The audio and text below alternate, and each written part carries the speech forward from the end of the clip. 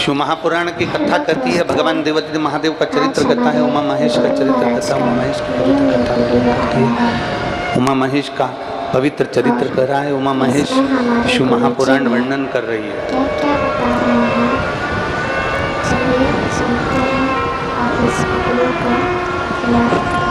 कभी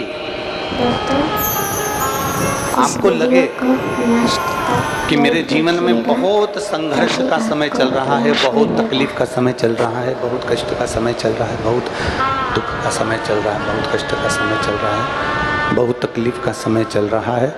बहुत कष्ट का समय चल रहा है। जब आपको लगे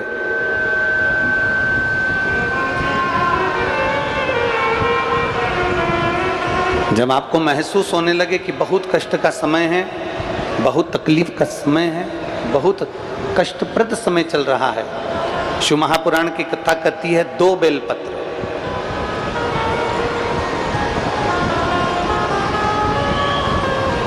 दो पुष्प, एक बेलपत्र पर श्वेत पुष्प और एक बेलपत्र पर लाल पुष्प। जिसमें दुख की घड़ी चल रही हो, तकलीफ की घड़ी चल रही हो, कष्ट की घड़ी चल रही हो, बहुत तकलीफ हो जीवन में चल रही हो, बहुत तकलीफ जब जिंदगी में चल रही हो, उस समय पर 2 बेलपत्र और 2 पुष्प,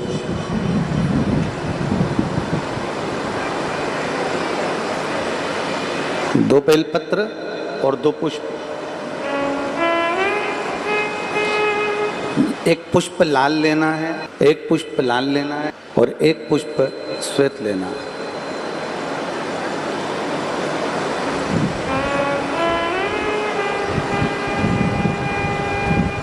जो लाल पुष्प वाला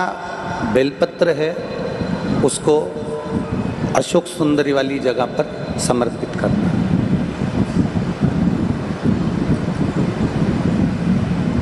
और श्वेत पुष्प वाला जो बेलपत्र है, सफेद पुष्प वाला जो बेलपत्र है, उसको भगवान शंकर का जो शिवलिंग है, भगवान शिव का जो शिवलिंग है उस पर समर्पित करना।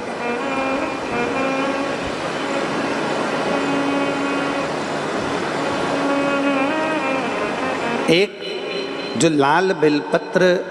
लाल पुष्प का जो बेलपत्र है, लाल पुष्प वाला जो बेलपत्र है, लाल पुष्प का जो बेलपत्र है वो बेलपत्र अशोक सुंदरी वाली जगह पर, और श्वेत पुष्प का जो बेलपत्र है वो सफेद पुष्प वाला बेलपत्र भगवान शंकर के शिवलिंग पर समर्पित कर।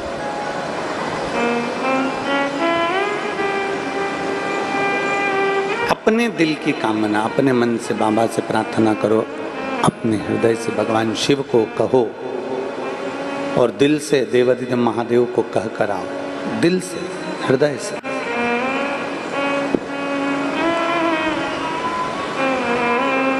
जब दिल से बाबा देवादिदेव महादेव से कहोगे, हृदय से भगवान शंकर से प्रार्थना करोगे, तो देवादिदेव महादेव सुनेंगे जरूर। शिव महापुराण की कथा कहती है कि विषम परिस्थिति में, तकलीफ की घड़ी में, विषम परिस्थिति में, तकलीफ की घड़ी में, कष्ट की घड़ी में, विषम परिस्थिति में प्रयास करो कि हम शंकर और पार्वती, शिव और पार्वती को पुकारें। विषम परिस्थिति हम भगवान शंकर और पार्वती जी का स्मरण करें। विषम परिस्थिति में हम देवादिदेव महादेव और माता पार्वती का स्मरण करें। कई लोग कहते हैं कि गुरुजी हम शिव जी को जल चढ़ाते हैं और देवादिदेव महादेव को जल चढ़ाते हैं, तो क्या पार्वती जी को भी जल चढ़ाने जाना पड़ेगा? पार्वती जी को भी जल चढ़ाने के लिए जाना है। शिव महापुराण की कथा कहती है, आप अगर हृदय रखकर जड़ ध्यान देंगे, जैसे ये शिवलिंग है, ये जलाधारी है। और अगर आप हृदय रखकर,